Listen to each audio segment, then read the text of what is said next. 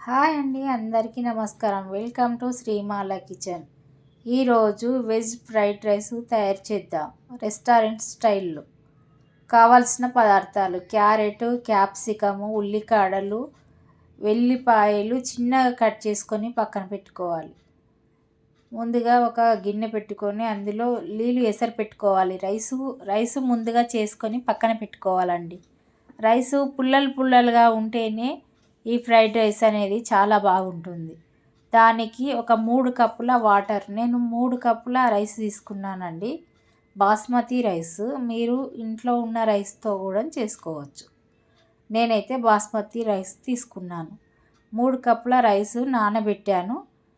ఇందులో నీళ్లు ఎసరు పెట్టి కొంచెం మనకు కావాల్సినంత సగం స్పూను సాల్ట్ వేసి నీళ్ళు ఎసరు వచ్చిన తర్వాత ఇందులో ముందుగా నానబెట్టుకున్న బాస్మతి రైస్ వేసుకోవాలి.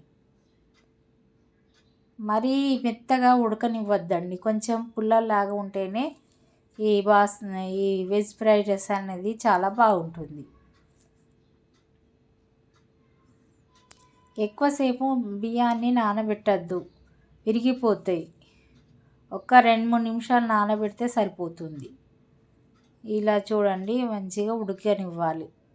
కొంచెం పలుకుగా ఉండగానే వంపేసుకోవాలండి. నేనైతే దగ్గరికి పెట్టినా కాబట్టి వంపలేదు. వాటర్ 3 గ్లాసుల బియ్యానికి 3 గ్లాసుల వాటర్ వేసిన. ఈ బాస్మతి రైస్ కాబట్టి ఎక్కువ వాటర్ అవసరం లేదండి. చూడండి, ఇలా పుల్లలుగా ఉడకబెట్టుకున్నాను. తీసి పక్కన పెట్టి వేరే కడాయి పెట్టుకొని అందులో ఒక 2-3 స్పూన్ల నెయ్యి వేసుకోవాలి. నెయ్యి వేయడం వల్ల చాలా టేస్ట్ ఉంటుందండి ఈ వెజ్ ఫ్రైడ్ రైస్కి. తర్వాత ఒక 3 స్పూన్ల ఆయిల్. కొంచెం కడాయి అనేది పెద్దది పెట్టుకోవడం వల్ల వెజ్ ఫ్రైడ్ రైస్ అనేది మంచిగా పుల్లలుగా వస్తుంది, మెత్తబడదు. చిన్నది పెట్టుకుంటే మెత్తగా అవుతుంది. ఇలాంటి పెద్దది కడాయి పెట్టుకోండి. ఇందులో ఆవాలు, జీలకర్ర, ఎల్లిపాయలు చిన్నగా కట్ చేసుకొని పక్కన పెట్టుకున్నానండి. పచ్చిమిర్చి వాటిని వేసి మంచిగా వేగనివ్వాలి. ఇలా చిన్న కట్ చేసుకొని వేసుకోవాలి. పచ్చిమిర్చి కూడా రౌండ్ కట్ చేసుకోవాలండి. క్యారెట్ అనేది కూడా చిన్నగా కట్ చేసుకోవాలి.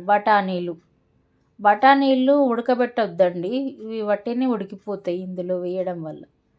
ఆనియన్స్, ఉల్లికాడలే ఇంపార్టెంట్ అండి ఫ్రైడ్ రైస్కి.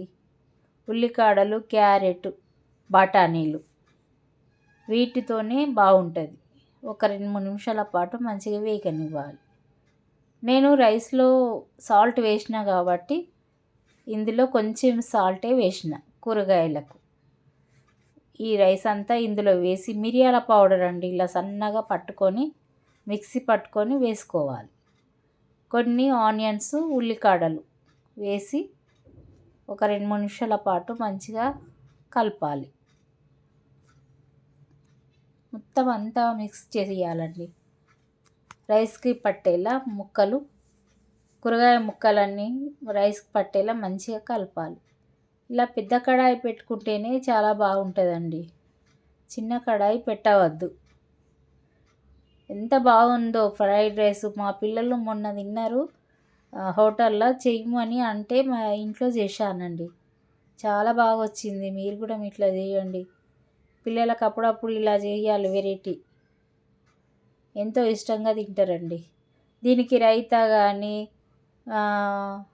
క్యాప్సికమ్ది అదే కర్రీ అయినా కానీ బాగుంటుంది.